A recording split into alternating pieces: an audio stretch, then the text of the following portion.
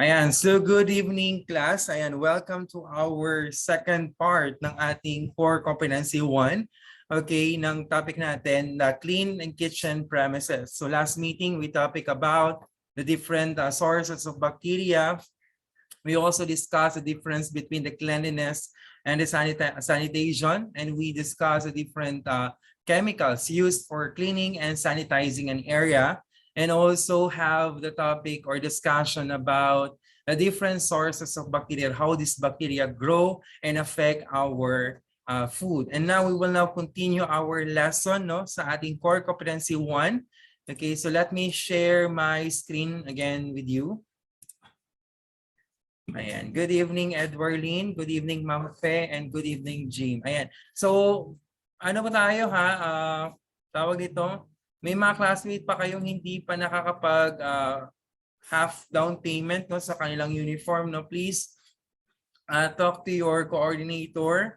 Ayan, for TWSP Miss Fe, and for STEP is Ma'am Annalyn, So far kasi is kukunti pa lang din yung almost half pa lang din yung nagbabayad.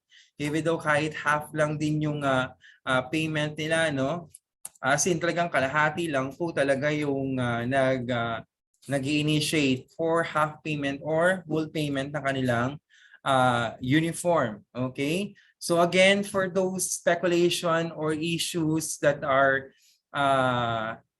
mga hearsay natin na about sa TESDA na hindi daw po babayaran yung uniform whatever, hindi po yun totoo dahil hindi po siya pinipigilan sa TESDA district po natin. So if ever na ganun man po ang mangyari, sabay-sabay po tayo magreklamo. Pero so far naman po kasi is ang isang sinasabi ng isang tao ay pwede makaapekto kayo sa buong scholarship natin. So far, wala pang ganong kaming na-encounter kasi this is the first time, kami tayo yung unang batch ng ating scholar natin, especially kay Congressman this year and sa TWSP this year. So walang ganon na issue na nag-i-start pa sa atin, or if ever man na nag-start sa iba, isipin nyo na lang po na iba ang GIST at iba ang institution natin at iba ang ating qualification. So kung sa iba is nasagap nyo po sa pagiging marites ng mga kaibigan ninyo at whoever man yan na kung ano man yung issue about dun sa t-shirt daw, okay, ano yan, kaya nga po ang ginawa namin, sa inyo po namin in-assign yan, yung t-shirt niyo sa mga classmates niyo kasi yan yung natin, tawag ito, concern sa klase natin. Okay, so yun lang naman ang aking concern. So again, aking pong pabubulaanan kung ano man po yung issue na nasagap ninyo about dun sa t-shirt, at yun daw po ay estudyante ng class ng Nihongo. Hindi naman po tayo Nihongo, cookery at saka bread and pastry po tayo. So wala po tayong ganyang issue, At the same time, si Ma'am Fe at saka si Ma'am Annalyn na inassign po natin, so the t-shirt will be transparent to everyone. Kung gusto niyo ng resibo, Ma'am Annalyn, pwede naman natin ibigay yung resibo sa kanila na yun po yung binayaran nila sa t-shirt. Tama naman po, Ma'am Annalyn, di ba? Yes po, sir. Thank you po. And si Ma'am Fe din po. Di ba, Ma'am Fe? Kaya po ba today? Ayan. So yun lang naman yung ating first announcement, Again, sa second announcement po natin is meron pa rin pong scholar na hindi pa rin po pumipirma ng kanilang voucher, So please go to our institution to arrange your tawag nito, what you call this, the voucher, kasi apektado po ang buong batch po ninyo kapag may kulang po na application sa voucher. Yung iba na gusto sanang mag-antay or makaka-receive na sana ng allowance for this or 2 weeks from now, pwede pa siyang ma-delay, depende pa sa tagal ng taong inaantay po natin. So we will mention po, the people, paulit-ulit po ng mention si Miss Teresa, okay, sa inyong messenger, no, to please fix, no, your application, kasi part ng inyong applications ang inyong voucher, no, para sa inyong first tranche ng inyong allowance. Malaking bagay po 'yan sa inyo. Okay? So kapag meron po tayong classmate na hindi nakikipag-cooperate, yung hindi po nagpaparamdam o hindi po nagsasign, no, ng kailang voucher, makakaapekto po yun sa buong klase po natin. Okay? Actually, sa inyong class, sa inyo, sa batch ninyo. Kasi any delay of one will be delay of all. Okay, tandaan niyo po 'yan. Kaya kung meron po kayong kakilala or kakilala, okay, na part ng ating group chat or ng ating qualification na hindi pa po pumupunta, no? Okay, sa ating institution sa GIST, pakitapik na po ang kailang mga messenger at pakitawagan na po kasi kayo rin po ang maaabala sa mga susunod na panahon. Naiintindihan po ba?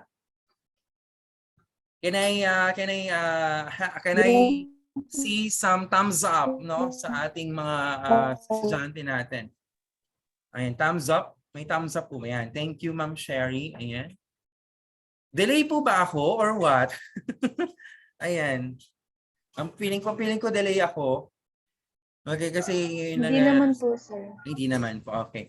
Okay, so we will now go, no, sa ating different tools and equipments na ginagamit, no, sa loob ng kusina. So yesterday we topic about different chemicals.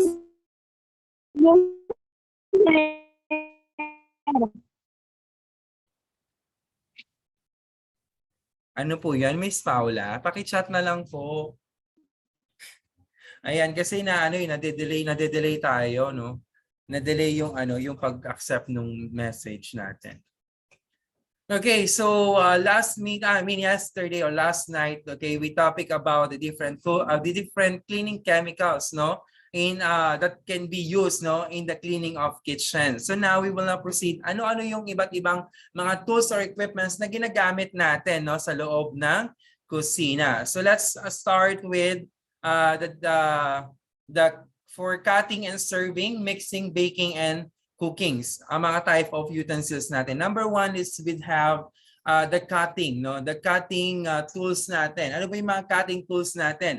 Meron po tayo mga knives. Okay, sa knife po natin, hindi lang po knives ang tawag sa kaila, kundi may kanya-kanya po silang tawag, no? Meron po tayong tinatawag na chef's knife, meron po tayong tinatawag na utility knife, meron po tayong tinatawag na butcher knife, okay, meron tayong tinatawag na boning knife, fillet knife, carving knife, and paring knife. So yan po iba't ibang mga knife na ginagamit natin sa loob ng kusina. Wala kasi akong annotation dito eh.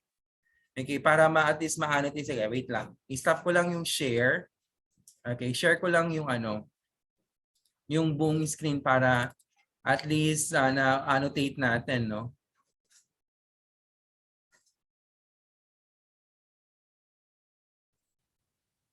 Ayan. Ayan. Okay, so ayan. Nakikita na po ba yung buong screen? Yes po. Ayan. So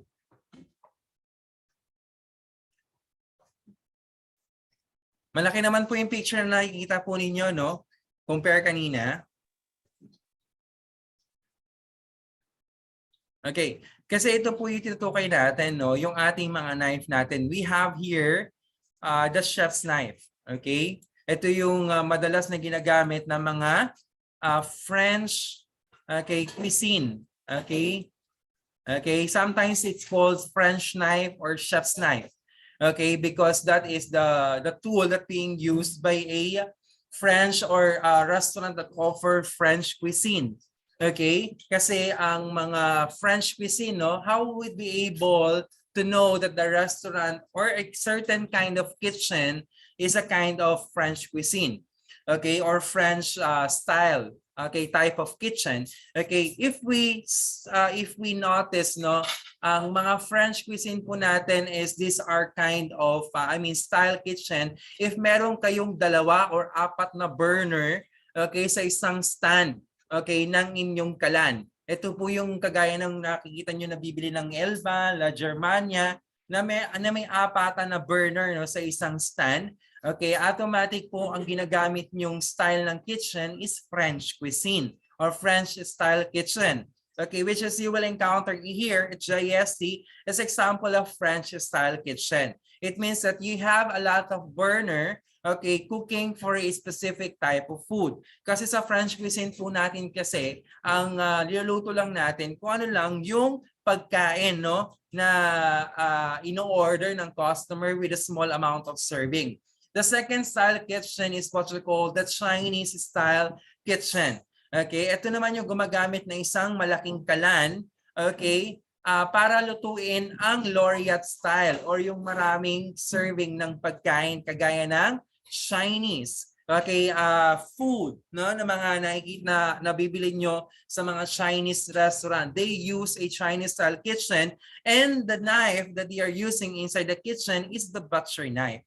Okay, yan yung pagkakaiba ng dalawa, sa Chinese style at saka sa French style kitchen. Kapag French style kitchen na gagamitin natin kutsilyo is French knife, which is we are using in our household and also here at our kitchen in the GISC. And the next one is the butcher knife. Okay, ito naman yung mga pantadtad ng mga buto, yung mga sa matador, no? Pag may bili kayo ng mga karne sa palengke, no? Butcher knife ang gamit nila kasi yon ang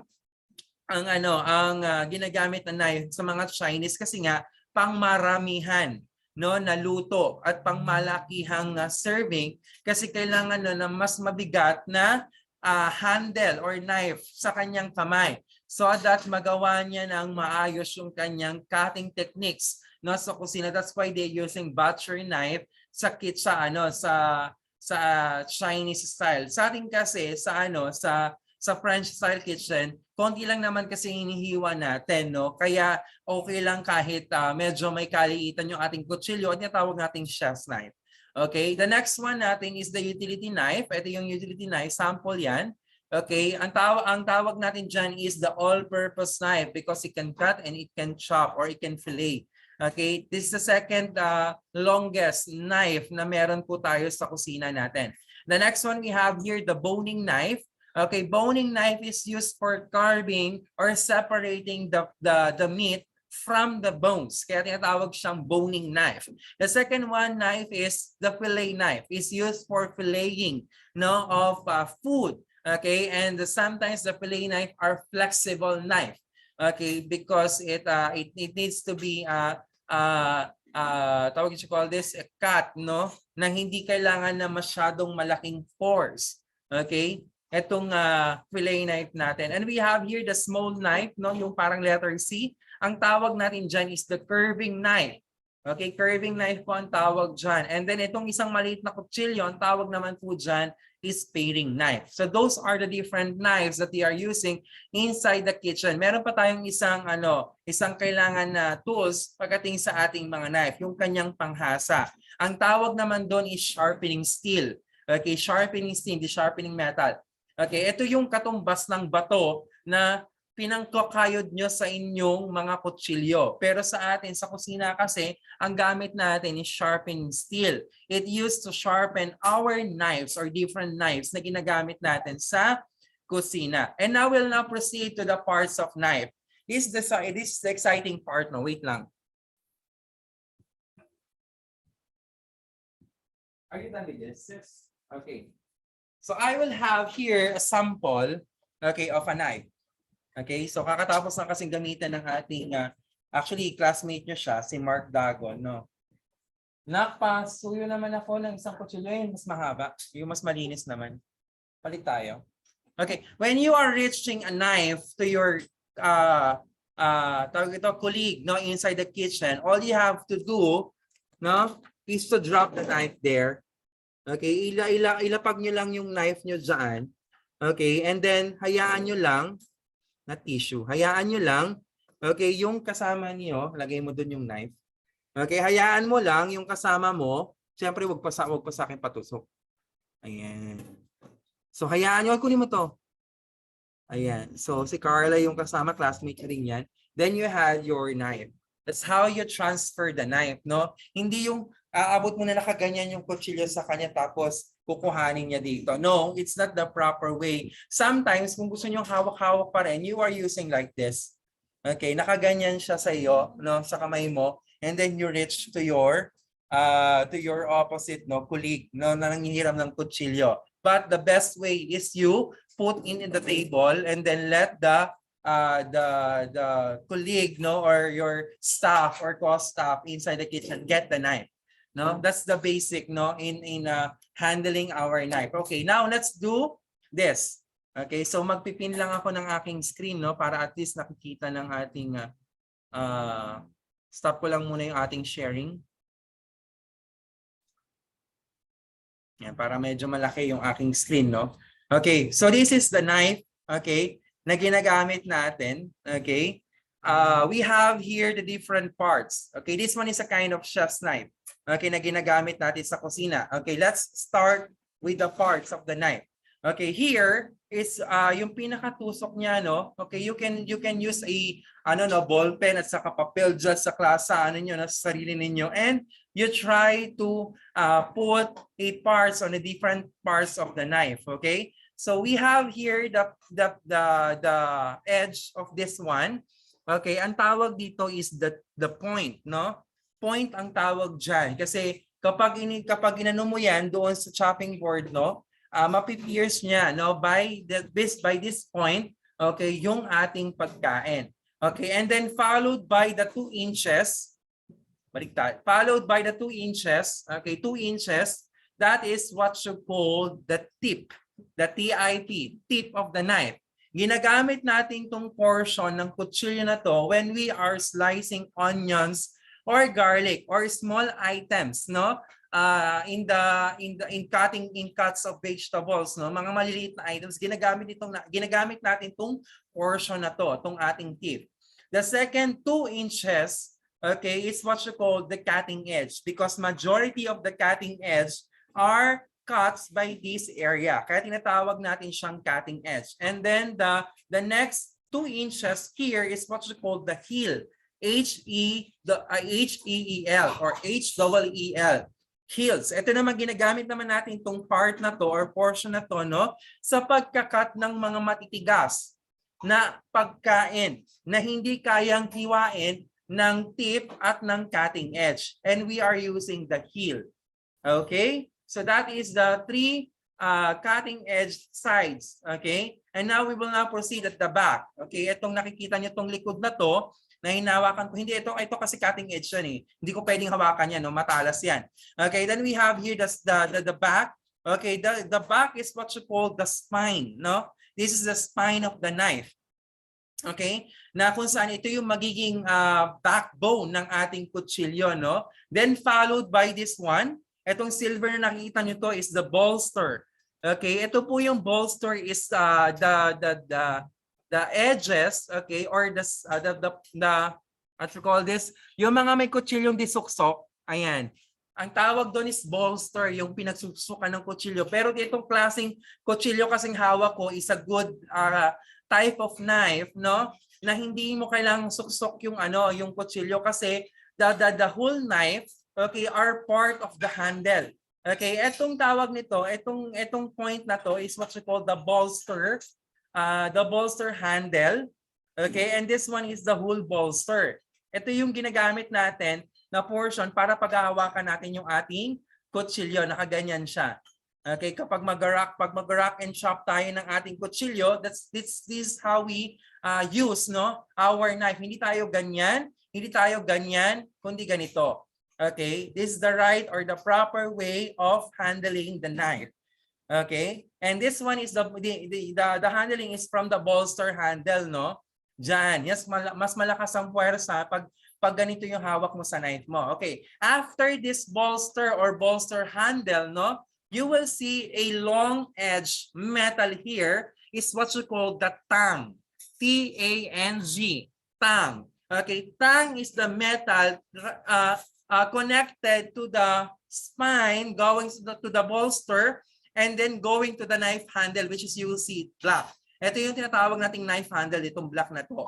Itong tang na to, ang purpose nito is para mas mataas or mas malakas or mas matibay yung pag-handle doon sa knife. That's why the tang should be strike through until the handle. until makarating ka dito sa tinatawag nating knife butt or butt, B-U-T-T, butt. Okay, after that is you will see the 3 screw.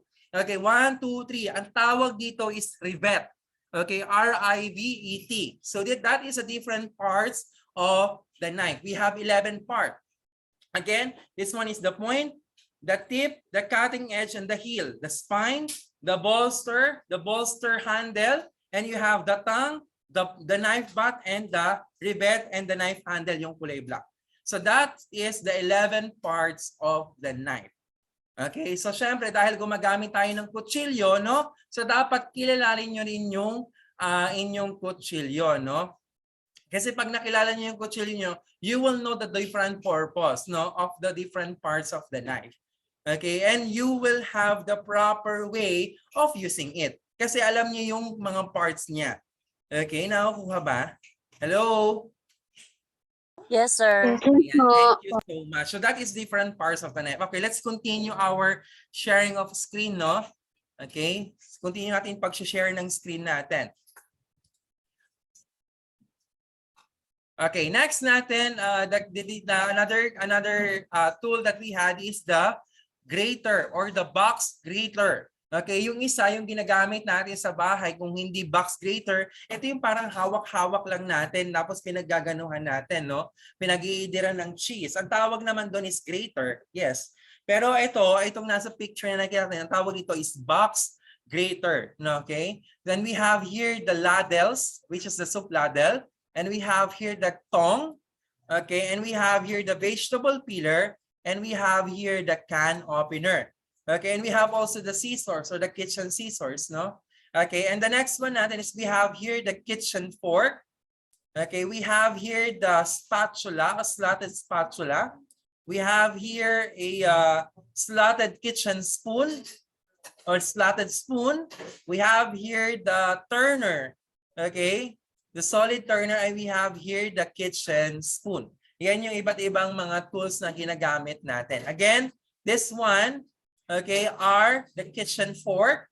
This one is the slotted spatula. This one is the slotted spoon. Okay, we have here the turner or sensei, whatever. Okay, sa amin kasi sensei.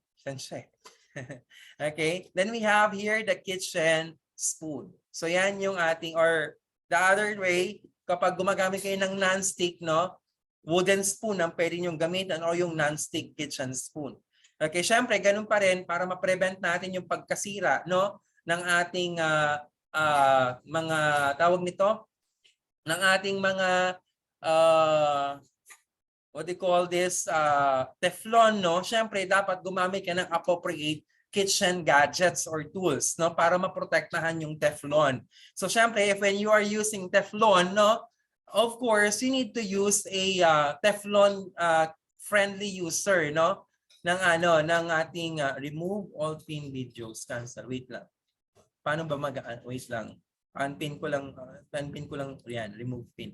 Ayan. So kailangan niyo rin pong protektahan, especially yung Teflon, kasi pag hindi niyo na protektahan yung Teflon, no, magkakaproblema kayo, no, sa Teflon nyo at unti-unti siya masisira. Yung kulay itim nun, yun po yung nakakapag-cause ng cancer. Okay, yung kulay itim na yun po yung nakakapag-cause ng cancer natin. Okay, next natin is clear all drawings. Okay, close. And we have the next slide. Sorry. Ganito lang pala siya.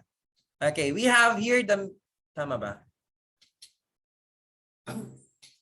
Ayan, mixing tools natin. So ano-ano ba yung mga pang-mix nating tools natin? We have here the pancake turner or spatula. Ito po yung rubber spatula na ginagamit natin. Okay, no, pang-scrape, okay, or pang-mix ng ating mga sauces, no, that we are using. So marami tayo niyan sa kitchen, and we have here the wooden spoon. Okay, the war whisk, no, using for whisking eggs or making meringues. Okay, or mixing batter. Okay, yan yung war whisk natin. We have here the rubber scraper. Okay, itong pancake turner, spatula at rubber scraper, they are the same. No, they are the same gadgets or tools na ginagamit natin. We have here the pastry blender. Okay, using for pea, no, sa ating mga gadgets natin, no. Pero nga ako ng pasty blender, ma. Nagamit mo ba? Nagamit ko niya yung pasty blender. Okay, it's look like a hammer, okay, that has chops. Busy pa si Carla. Pagod ka na, Carla? Ay, hindi pa. Ayan. So, then we have here the rolling pins, no, mixing bowls. Okay, strainer or colander. Ano pagkakaiba ng strainer sa colander? Ang strainer kasi is handle. Handed. Mag-plating ka na. Patoy. Wait lang po.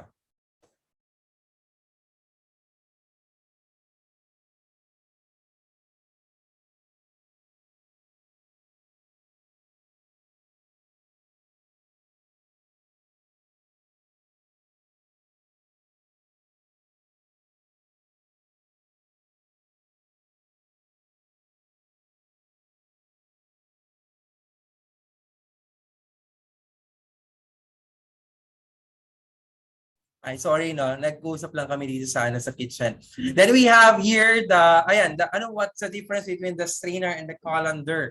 Okay, ang strainer natin is handle, no? Handle strain, no? Pag-strain natin. Ang colander naman, ito naman yung merong stand at malalaki yung butas. It sometimes applies in straining water from the vegetables, okay, that we wash. No, that is the colander. And we have here the measuring tools. So we have the dry measuring cups, liquid measuring cups, and measuring spoons, which is later makikita nyo sila. Okay, next, we will proceed to our baking tools, no, na ginagamit natin sa kusina. We have here the muffin pan, which is we are using, no, in our cookery natin. So gagawa tayo ng basic cupcakes or muffins, okay, sa ating kusina. Tuturuan ko rin kayong gumamit ng icing, no, sa ibabaw ng cupcakes. Okay, then we have here the jelly roll pan for Swiss roll. We have here the baking sheet, loaf pan, and round pan. And we have here the rectangular baking pan, non-stick yan. And we have here the pie pan, which is hindi naman natin masyado siyang kailangan yung iba kasi pang baking na siya. Okay, at least na alam nyo rin na sa sa kitchen tools natin. Then we have also the different cooking tools that we had. We have here the small saucepan, okay, which is pan using for making sauces. Okay, we have here the medium saucepan. We have here the skillet, used in large skillet, used for sauteing of food or frying of food. Okay, then we have here the Dutch oven. Okay, it's a metal form like for the stock pot, no? Sometimes the Dutch oven and stock pot are the same. Okay, kasi makapal yung kanyang tawag nito, ang kanyang kaserola, no? Then we have here the casserole, no? Used for a large making soup, whatever, okay? Naroon natin mga dishes natin. And we have here the stir frying pan. Ako, mukhang malalobat na ako. Wait lang po. Okay, next natin is the time-saving small appliances. Yan, yung mga appliances natin na ginagamit natin. So, syempre, if our restaurants are using waffles, no, so we need a waffle iron.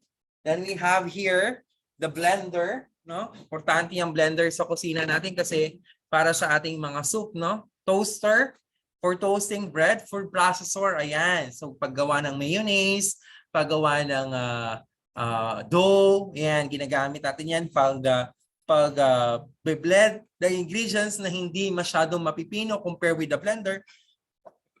So, nandyan po si food processor natin. And we have here the stand mixer. We have the griddle. Ang griddle po, ito po yung flat na pinaglulutuan ng burger patty. Fatty, no? Fatty, hindi patty. Burger patty. Yan po yung griddle ng tawag po noon. Then sa tabi noon, meron siyang tinatawag na deep fryer. Okay, and we have the pasta maker which is gagamitin natin, no, sa paggawa ng ating starch natin na pasta, no. So andyan yung pasta maker natin. So gagamitin din natin yan sa loob ng kusina. And we have here the slow cooker and the ice cream maker. Wala tayo nito sa sa kusina, yung ice cream maker. Hindi naman tayo gumagawa ng ice cream. Okay, so those are different tools na ginagamit or common tools na ginagamit natin sa loob ng kusina. So dahil alam na natin yung mga tools, okay, alam na natin kung paano iingatan at paano natin siya lilinisan. Yun yung mga tools na usually nililinis or common na nililinis sa loob ng kitchen natin. Okay, now we have here the basic way or procedure how to use a dry measuring cup. Okay, the first one is the hip. Okay, so pag sinabi nating hip, no? Okay, pag sinabi nating hip, ito yung magkakadlo tayo ng flour, okay, from our lalagyan natin. So how would be able to get the flour, no? Are we using the direct liquid measuring cup, no, to scoop the flour? No. Okay, we use a rubber spatula, okay, to dig on the flour and to transfer it to a dry measuring cup. And then after you heap the flour, no, you level. Okay, ile-level mo yung flour doon sa bunganga nung yung dry measuring cup, and then saka mo siya isasalin.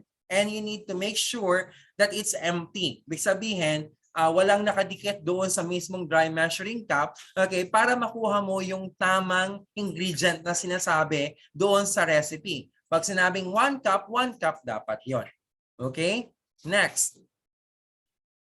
And we have here for mga heavy solid or mga solid ingredients natin using a dry measuring cup, no? And we have here the pack, level, and empty. Yun naman, yung pag sinabing pack naman, ito naman yung talagang ikakadlo natin yung ating measuring cup, tapos ipipress natin, no? Ipipress natin sa loob, saka natin papantayin.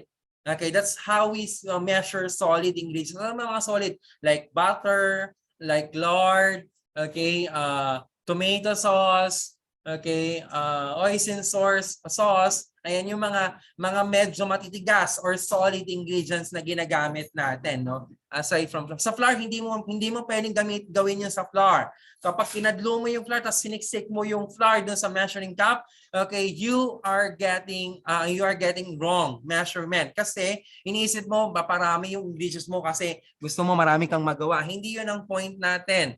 Okay, sa pag-measure ng ating flour using the dry measuring cup kasi magkaka-problema ka, no, sa dami ng flour na ma-accumulate ng iyong dry measuring cup. Hindi mo pwedeng gawin yon. Okay, kasi bibigat, okay, ang iyong flour at hindi mo makukuha yung tamang output kapag ganun yung prosesong ginawa mo, no, sa flour natin, sa dry measuring cup.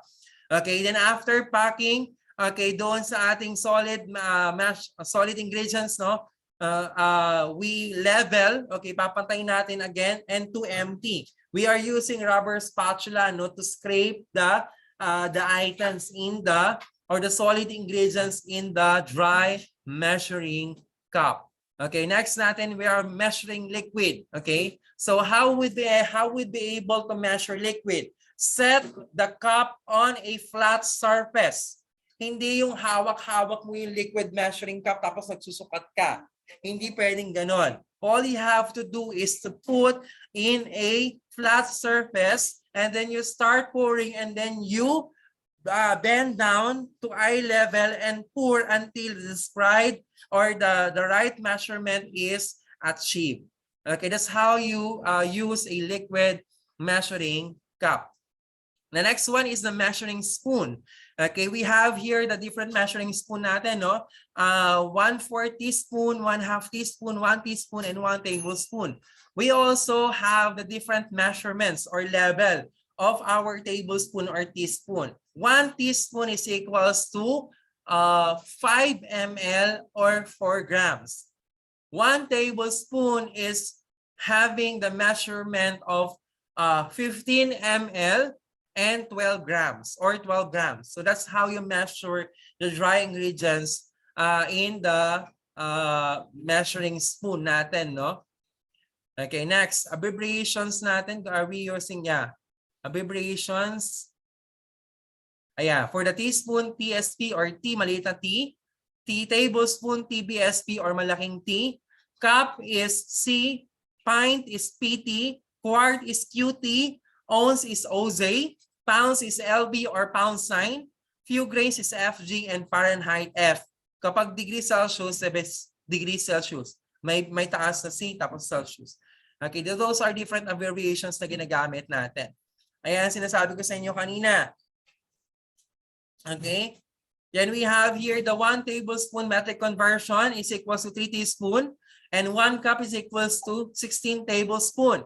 Okay, and how many, okay, question. If that is the given 2 cups, 1 pint, 4 cups, 1 pint, 16 cups is 1 gallon, 2 pint, 1 quart, 4 quart is 1 gallon. Okay, first question. If you are needing a 2 cups, no? You have 2 cups of flour. How many tablespoons of flour ang kailangan mo? Okay, first question, no? If you need a 2 18 cups, po. the answer, ma'am? Ilan po? Ma'am Choppy. Pa-chat na lang po ako. Okay, chat nyo po. If you are needing 2 cups and yet you don't have 2 cups of 18 you don't have tablespoon. cup or measuring cup, how many tablespoon? I mean, meron ka lang tablespoon, no? How many tablespoon ang kailangan natin? Nakapag-build ng new normal.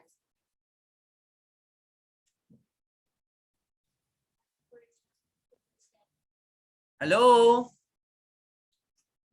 Pa-chat na lang po ako sa chat box yung sagot.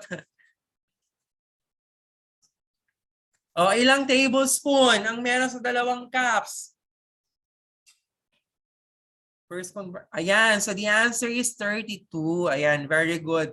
Joanne and Sheila Reyes. Ayan, the answer is 32. That's how you convert, no? Basta meron ka lang table, conversion table, alam mo na kung paano siya i-convert. Okay, so putulin ko muna yung ating lecture, no? I have some announcement dahil napipigilan po, again, ito na po yung sinasabi ko sa inyo.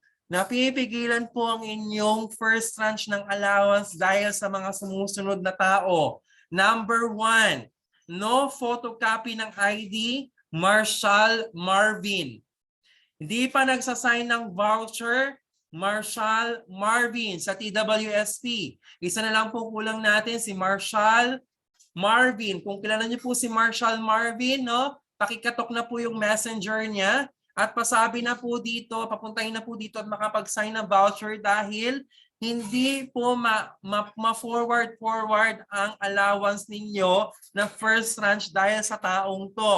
Kung meron po nakakakilala kay Marshall Marvin sa TWSP, paki-mention na po at pakitawagan or pakikatok na po yung kanyang tahanan. At para naman sa step, medyo marami-rami yung step natin, ha.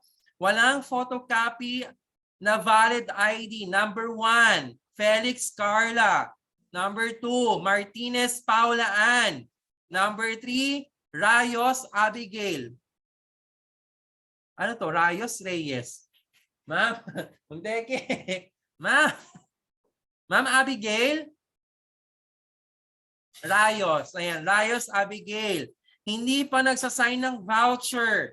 Esguera, Angeline, Rayos Abigail, and Villanueva Shariza. Ayan, yung mga, ito si Villanueva, lagi itong pasok ng pasok eh. Hindi ko alam ba't hindi pa ito nagsasign ng kanyang voucher.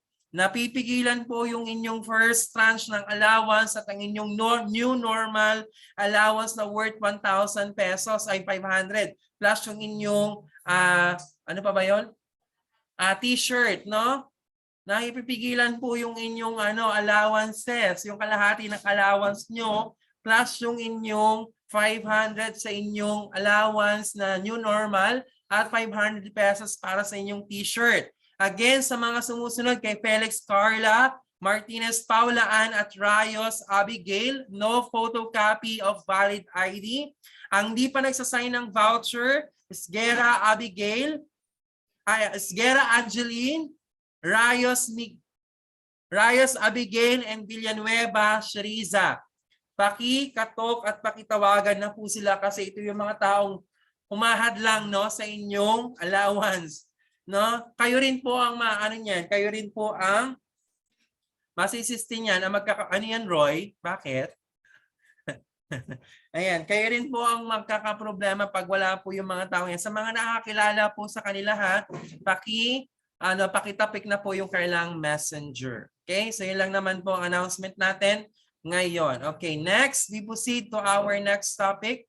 Ayan, so we have here a few cooking terms na tinatawag natin. We have here the core, Pag sinabi natin core, it means that you are removing the core of a certain kind of fruit or vegetable like apple.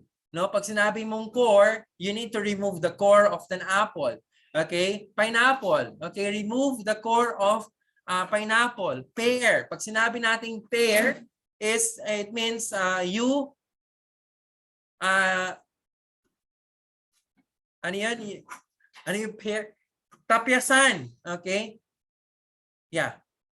Tapyasan ng maliit, no, na portion pag pear. Okay, and we have here the peel, which is balatan. Cube is for make it a dice. Okay, yeah, same dice with the making cube. Okay, pagkakaiba kasi ng cube sa dice kasi, ang dice kasi medyo maliit. Ang cube medyo malaki. Okay, then we have here the mince, okay, that has small cuts that has no appropriate or definite sizes, no, na tinatawag natin. We have here the chop. Okay, we just simply chop the vegetable or the fruits, and we have the slice are the same. Chop and slice are the same. Okay, next we have here for mixing terms, beating or beat, which is you are using a war whisk, no, for beating. Okay, like beating eggs. Okay, or kaya fork, no. Okay, na pang-beat natin. We have here the blender. We are using blend. We are using a blender. Cream is we are creaming either using by war whisk. Okay. Tama, war whisk and mixing bowl. Fold is we are using rubber scraper. Stir is we are using wooden spoon. Whip is we are using stand mixer, hand mixer, or kaya wire whisk, no, na makapag-create ng whip. Combine is you are mixing two different ingredients combined. Strain, it means that you are removing, no, the liquid or separating the liquid from the solid. That's why you are using the word strain. And we have here the cut in are the same with the fold in. Okay, ang fold in kasi you just scooping. No, scoop. Ang cut in is you scoop and then you cut in the center. Scoop, then cut. Usually ginagamit yun sa pagmimix ng batter mixture natin. Tinatawag nating mixture of liquid and dry ingredients natin, yung BATTER. That's the batter. Okay, next natin is using the stove and the stove top. Okay, we have here the base. Okay, for basting. Okay, ito yung pag sabi nating basting, no, you are using a high temperature oil or fats. Okay, and then you continually basting, or parang alam niyo yung pag nagpiprito ka ng itlog na malasado, ang ginagawa mo lang doon, pinebase mo. Ginaganon-ganon yung mantika doon sa ibabaw ng itlog. So, yun yung process ng base. Okay, sa kitchen natin, yung base. Okay, then we have the boil. Okay, we are using water, no? Okay? Doon sa sa pagpapakulo or pagluluto ng ating vegetable or fruit. We have the braise. Braise is we are using two different methods na alam ko nabanggit ko na sa inyo yan, no? That you are starting with moist heat method, and after that is the dry heat method. That's the braise. Fry is dipping the half portion of the food in a fat or oil, and then you flip upside down and then you cook the other side. Simmer is you are combining two or more liquid ingredients, okay, and you are evaporating, no, the moisture. So ang tawag doon is simmer. Saute is you are using a small amount of oil and continue in motion. Ibig sabihin, ginaganon-ganon mo yung saute pan. Okay, and then you are what we call this, hinaharangan mo yung mga ingredients na tumapon. Okay, then brown, pag sinabing brown is you are cooking with well done. Okay, stir fry, it means that you are steady yung pagkain, and then mamaya haluin mo siya, then steady ulit, then haluin mo ulit, then steady ulit. So that's a stir fry. Ang pagkakain mo na sa saute, ang saute kasi tuloy-tuloy yung motion. Okay, compare with the stir fry, stir mo siya, and then you let the side is the cook, and then you saute again, and then you fry again. So that's the difference between the saute and the stir fry. Preheat is a method, okay, that you are opening an oven or you are setting up the right temperature Minamalat ako. Temperature required no in the oven. Okay, before putting the food the food inside the oven and cook for about a few minutes. So that's the first procedure when you are using an oven. Okay, using the oven, okay, you can bake, no? Pag sabing bake, no, pagkakaiba ng bake sa broil, okay, ang bake, no. Ang pagkakaiba ng bake sa roast, okay, ang bake is ang pagkain nasa loob lang ng oven and then you let the heat temperature surround the food and cook the food. Ang roast naman is different. You had the one direction of the fire and you let the food no rotate no on the one direction of the fire. Kagaya ng mga roasting chicken, roasting pork, or roast beef na nakikita nyo sa mga tindahan ng baliwag or ng Andox or Chooks to Go. Okay, then you had here the broil. Okay, broil is the heat is on the top, no, of the food. Kaya ng sample natin yung nakaraan, yung bibingka. Okay, na after lutuin yung bibingka,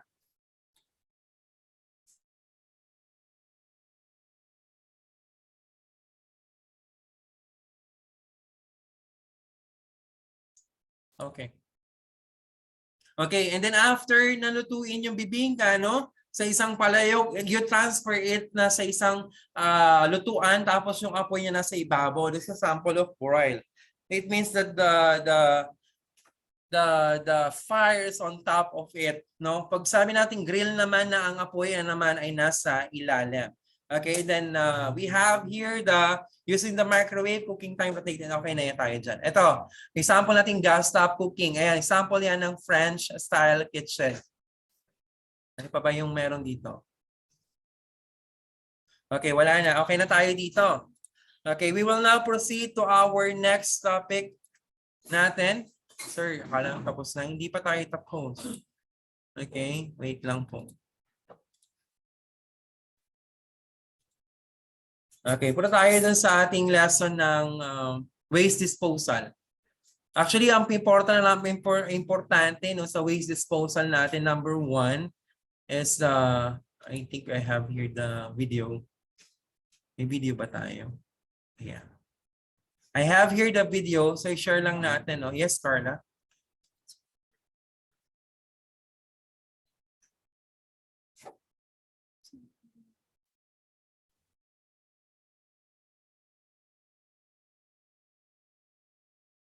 Share ko lang yung sound. Ayan. Ever wondered what exactly waste means? In biology, we describe it as any unwanted or undesired material left over after completing a particular process.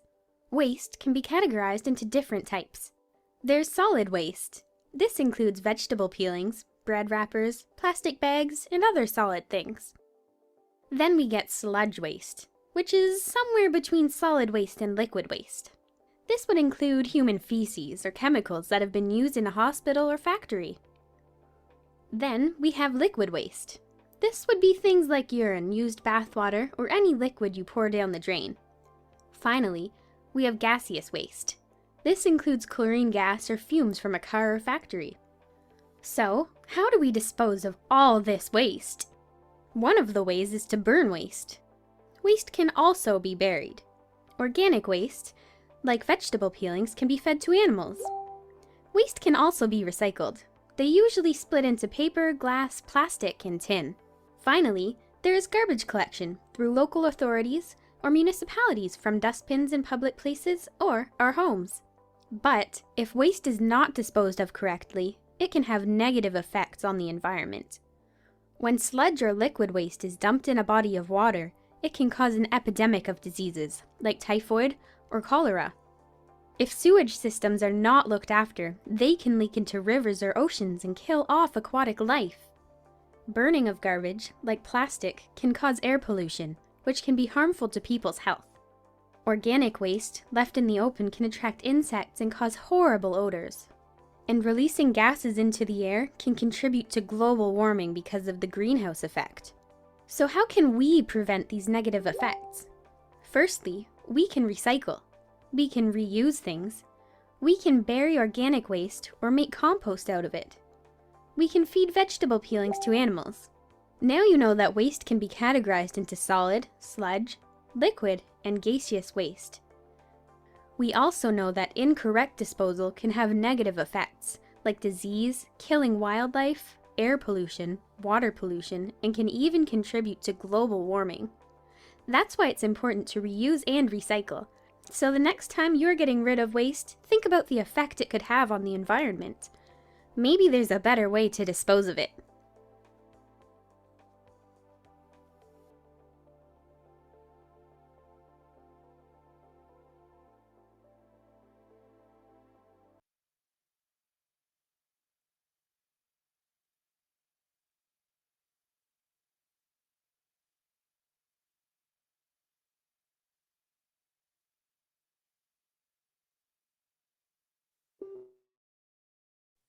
O, di ba? Tapos na. Hindi ko na kamalayan yung video kasi may inaayos ako. Anyway, so that is the summary ng ating waste disposal. No? Dapat alam natin yung ating mga tawag na solid waste, yung mga recyclable, non-recyclable, at yung mga biodegradable para maiwasan natin yung ating pagtuloy-tuloy na climate change natin. Kasi kapag alam mo kasi na ganito kasi yan. When you are disposing waste kasi, okay, na degradable siya, ibig sabihin ito yung mga hasang ng isda, yung mga tira-tirang kanin, yung mga hiwa-hiwang gulay, pwede mo kasing gamitin yung pataba sa lupa. Eh kung yung pataba, yung mga klaseng gano'n ng pagkain, nahalo yung plastic, sasama yung plastic dun sa degradable na yon, hindi naman siya natutunaw, no? Compare kapag ngayong mga plastic natin, meron tayong tinatawag na biodegradable na plastic bags na kine-create ng iba't ibang mga business organizations, no? Okay po 'yon, no? Isama natin 'yon doon sa mga nabubulok na pagkain kasi darating din yung time mabubulok na sila. Pero yung mga plastic, no, na hindi na walang note na recyclable or biodegradable, no, it takes centuries no, bago sila matunaw or bago sila ma-dilute, no, together with the environment. So mahihirapan, malalo tayo magkaka-pollution. Okay, kabuti nga ngayon, nagkaroon ng magandang proyekto ang gobyerno para linisin yung Ilog Pasig kasi kapag dito sa Manila kasi, kapag yung Ilog Pasig na yan at hindi na maintain yan at napatuloy na mabarahan ng mga basura, buong Maynila lulubog, no? Lahat ng dinadaanan ng Ilog Pasig, no, even sa may San Juan River are connected to Ilog Pasig, and even for the Hulo, no, are connected with the Ilog Pasig. Yung mga ilog na yan kapag nabarahan niya ng basura, no, lahat tayo apektado. Okay? Kaya buti na lang nagkaroon ng initiative ang gobyerno natin na ayusin, no, ang ating ilog para sa future siblings natin na sana patuloy pa rin nating alagaan. Okay, patuloy natin pangaralan yung ating mga kamag-anak or mga anak na bawal magtapon ng basura sa tamang basurahan para maiwasan ang pagka-pollute ng ating kapaligiran. Okay, so yun lang naman ang yun lang naman din. Sa kitchen natin, tatlo yung ating basurahan, no? Biodegradable and recyclable, no? Usually napupuno talaga dyan yung biodegradable kasi mga waste, marami tayong waste like kagaya ng balat ng patatas, balat ng sibuyas, mga ganyan. So ginagamit pinagsama-sama natin yan at para maging compost heap, no? So yun lang naman ang ating core competency 1 natin. Okay, so tomorrow another discussion ulit tayo ng ating core competency, no, surprise yung ating next topic. So yan lang naman. And kita-kits tayo tomorrow at 7 p.m. Again, sa mga taong sumusunod, no, kung kilala niyo si Felix Carla Martinez Paulaan at Rayos Abigail, paki-send po yung photocopy with valid ID. Sa mga hindi pa nagsasign ng ating voucher sa STEP, no, Esguera Abigail, Esguera Angeline, Rayos Abigail at Villanueva, Shariza, no, please proceed po kayo sa ating school, no, para magpirma ng voucher kasi ma-delay ang inyong allowance, no? Yung iba na mga classmate nyo na gusto na sanang magkaroon ng allowance, na-delay dahil sa mga taong to. Para naman sa TWSP, si Marvin Marshall, walang ID, walang sign ng voucher. Opo sir, pagtapos ko po magpa-check up sa center bukas naman. Okay, Paula, see you. Ayan, para at least mabawas-bawasan yung ating alalahanin, no, sa scholarship. Anyway, so if you have a question, no, reserve niyo lang question and para bukas. Again, thank you so much, okay, sa ating session, and yeah, always remember you are loved, accepted, and valid. Bye. Bye, sir. Thank you po. Thank you, sir. Thank you po, sir. Na-haggard natin. Ay, wait lang. Picture. Wait lang. Sorry. Okay, picture tayo, no? So, dalawang panel tayo. Okay? Smile tayo in 3, 2, 1. Smile. So, dalawang beses kayo mag-i-smile, Wait lang po. Isan ko lang po sa GC yung ating picture. Wait lang po. Huwag po kayo mainip. Please lang, huwag po kayo mainip. Wait lang po. Ayan. So, sorry. Lagi pumapasok yan si Zarina Villanueva. Di ba nagpapalagano nga yan? Nagpa-follow up yan. Okay, next panel. Smile po tayo in 3, 2, 1. Smile. Naantok na si Roy. Okay, so thank you so much again and see you tomorrow. Bye! Thank you, sir. Pakihunting po yung mga classmates wala, pakihunting po. Bye!